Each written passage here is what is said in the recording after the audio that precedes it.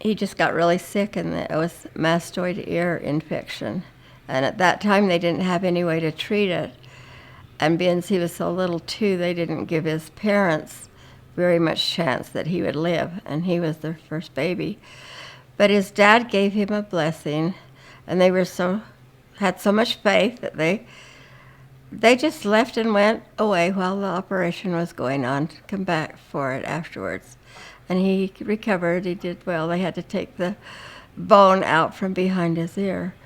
And within 2 weeks, he had it.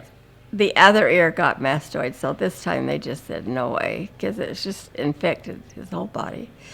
And but of course they did the same thing, and he survived, but he had just horrible earaches. And he always had to wear a cap everywhere he went, and the kids were always asking him to look at the holes behind his ears and everything. But every night, and he just had earache, and he said he remembered his dad coming in.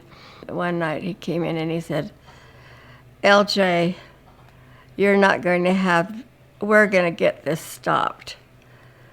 And so he gave him a blessing that he would never have the earache again if he would live the commandments and do as his Heavenly Father wanted him to do. And so his earache stopped. He still had to wear a hat and be really careful, growing up in his early years.